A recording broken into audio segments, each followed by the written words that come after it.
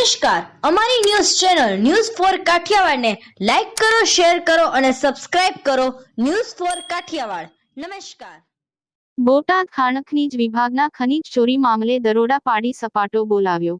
રાણપુર તાલુકાના દેવળિયા ગામેથી અને ગઢડા તાલુકાના માંડવધાર ગામેથી કરોડોની ખનીજ ચોરી ઝડપી. રાણપુરના દેવળિયા ગામેથી ગેરકાયદે ખનીજ ચોરી કરતા 6 ડમ્પરને પકડી પાડ્યા. ગઢડાના માંડવધાર ગામની નદીમાંથી ગેરકાયદે રેતી ચોરી કરતા જીસીબી અને ટ્રેક્ટરને ઝડપી લીધા. દેવળિયા ગામેથી 70 લાખનો મુદ્દામાલ જપ્ત કર્યો હતો.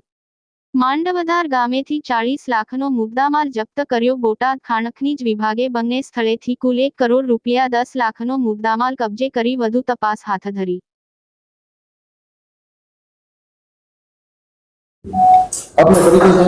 બીએમ જાલંધરા, મદદનીશ ભૂષણશાસ્ત્રી, બોટાદ. આજે ગઢડા તાલુકાની અંદર કઈ ખનીજ ચોરી પકડાણી, કેટલી ચોરી પકડાણી, કેટલો મુદ્દામાલ?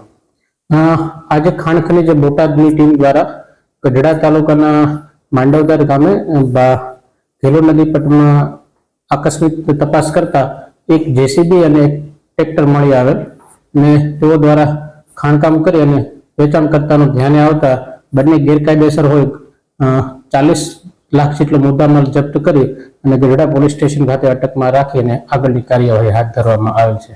આ સિવાયની બીજી કોઈ ખાણ ખનીજની ચોરી પકડાણી હોય એવું ખરું?